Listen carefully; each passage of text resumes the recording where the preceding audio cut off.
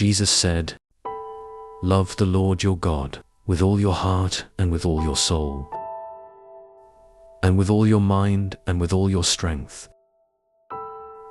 Love your neighbor as yourself." Mark 12:33-31. In the bustling world of ancient Israel, a man sets out on a journey from Jerusalem to Jericho. It's a long, winding road, known for being dangerous. The road cuts through rough terrain, isolated area, and valleys, making it a prime spot for robbers. As the man walks along, enjoying the quiet of his journey, unaware of the danger lurking, he's suddenly attacked. The robbers come out of nowhere. They beat him, strip him of his clothes, and leave him half dead on the side of the road. The pain is unbearable, and he lies there, feeling hopeless. And his vulnerability, he waits for anyone to help. Not long after, a priest walks by.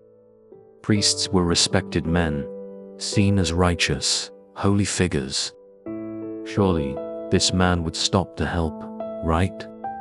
He looks at the injured traveler, but instead of offering aid, he crosses to the other side of the road. His heart doesn't move. He continues on his way, possibly too focused on his own busy life, or thinking that someone else will handle the situation. Then, a Levite passes by. Levites were also people of high standing in the community, often assistants in the temple. The Levite sees the man, but like the priest, he also chooses to walk away. And so, he keeps walking, leaving the wounded man to his fate. He rode is long, and there's much to be done, perhaps. He thought he didn't have the time or resources to stop. Now, the story takes an unexpected turn. A Samaritan comes along. Oh, the Jewish people, Samaritans were despised, considered outcasts, looked down upon for their different beliefs and ways of life.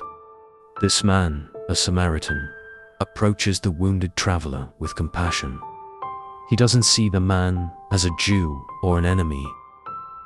He simply sees a human in need. The Samaritan stops. He gently tends to the man's wounds, using oil and wine to cleanse them, binding up his injuries. The man is in no condition to walk, so the Samaritan lifts him onto his own donkey and walks alongside him, guiding him to a nearby inn. At the inn, the Samaritan doesn't just leave the man there. He stays, ensuring he receives care. The next day, he pays the innkeeper and tells him, "Take care of him. If his needs exceed this amount, I will cover the difference when I return." Jesus then asks the crowd, "Which of these three do you think was a neighbor to the man who fell into the hands of robbers?" The expert in the law answers, "The one who had mercy on him." Jesus replies, "Go and do likewise." This parable, though spoken over 2,000 years ago, speaks directly to us today. It's a challenge to reflect on who we consider our neighbor and how we respond to the needs of others. In the story, the priest and Levite walk by the wounded man, perhaps thinking someone else will help. They are caught up in their own busy lives and responsibilities, and their compassion doesn't extend beyond their own concerns. How often do we do the same? Maybe we're in a hurry, or we don't feel we have enough to offer. We see someone in need, but we keep walking, thinking someone else will take care of it. But Jesus is calling us to go beyond that, beyond our own comfort zones, beyond the easy path. The Samaritan is a surprising hero in this story. He was from a group that was looked down upon by the Jewish people. Yet, it's the Samaritan who shows true love and mercy. His actions remind us that compassion doesn't depend on background, race, or beliefs. It depends on seeing others as human beings who deserve care, no matter where they come from.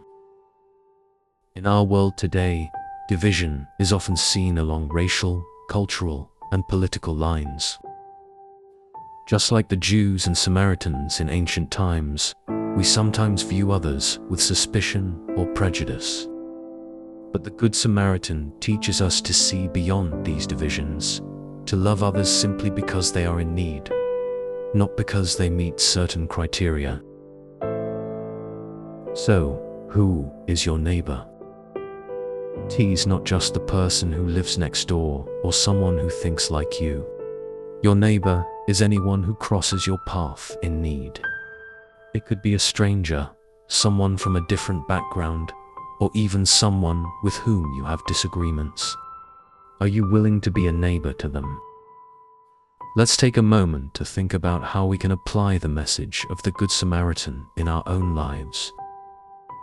Look for opportunities to help. Compassion isn't just about grand gestures. It's in the small moments too.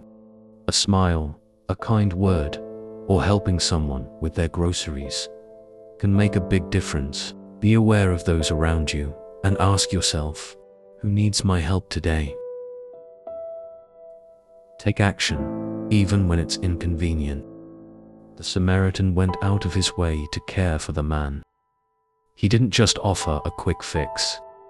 He stayed with the man, made sure he had everything he needed, and ensured his recovery. Sometimes, helping others means we need to step out of our busy lives and give our time, resources, and energy. Look beyond differences. The Samaritan didn't hesitate to help the injured man because of his background. In fact, it was because the man was different that the story becomes so impactful. We are called to show mercy, not because someone is like us, but because they are in need. Be intentional with your compassion. The priest and Levite might have been busy, but the Samaritan was intentional.